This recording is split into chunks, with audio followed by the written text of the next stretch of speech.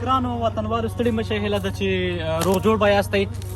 د سعودي شمالي برخې حایل سیمې ته راغلي یو. ډېره ښایسته او په زړه پورې سیمه ده. دغه سیمه د مکې مکرمې څخه 1100 کیلومتره لرې موقعیت لري چې موږ له تېرې ورځې راهیسې را روان سوي یو. نن ایله راورسېدو. نو ډېره ښایسته سیمه ده، په زراعتي سیمه ده او تر ډېره شنام ده. دلته باغونه دي. اوس مهال موږ د کجورو او د مالټو په یو باغ کې ولاړ یو. ډېرې خوندورې کجورې او ترڅنګ یې خوندورې مالټې او انګور هم لري. ویډیو را سره تر پایه وګورئ او د حایل د نورو سیمو او په زړه پورو تاریخي ځایونو ننداره هم په دغه ویډیو کې را سره وکړئ. سيد الأنبياء مشعلهم في الوفاء كان في عطفه لليتامى دفاع. مصطفى مصطفى منبع للصفا سيد الأنبياء مشعل في الوفاء كان في عطفه لليتامى دفاع.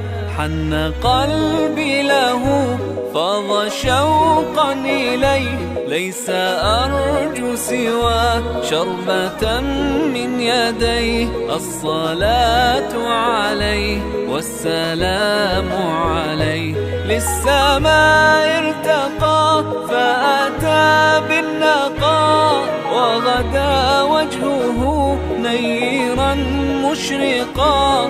كان من عفوه حين حان اللقاء قال فلتذهبوا أنتم الطلقاء. مصطفى مصطفى سيد الأنبياء مشعلهم في الوفاء كان في عطفه لليتامى دفاع.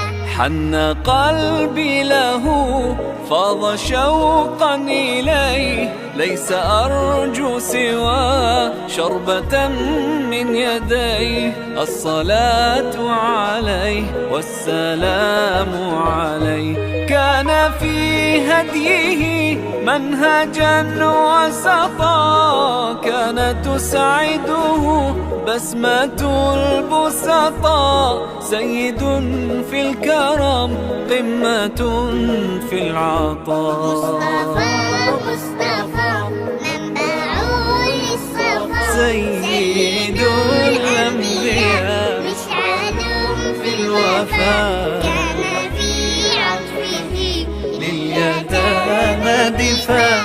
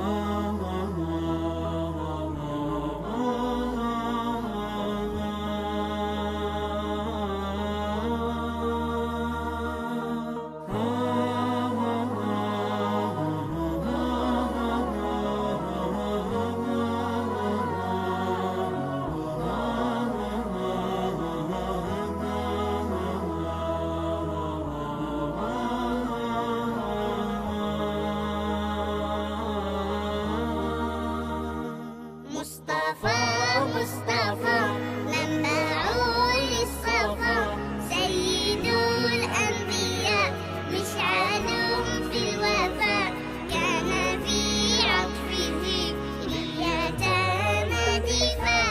مصطفى مصطفى منبع للصفا سيد الأنبياء مشعل في الوفاء كان في عطفه لليتامى دفاع.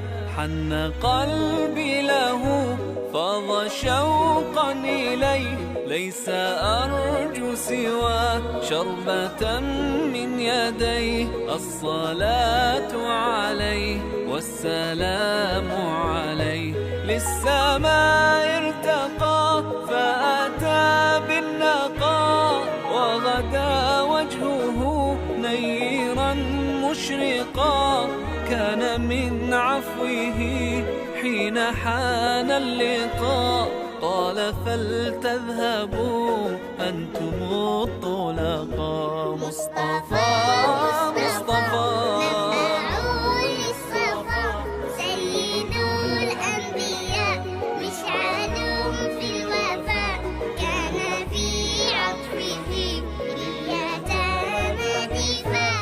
حن قلبي له فاض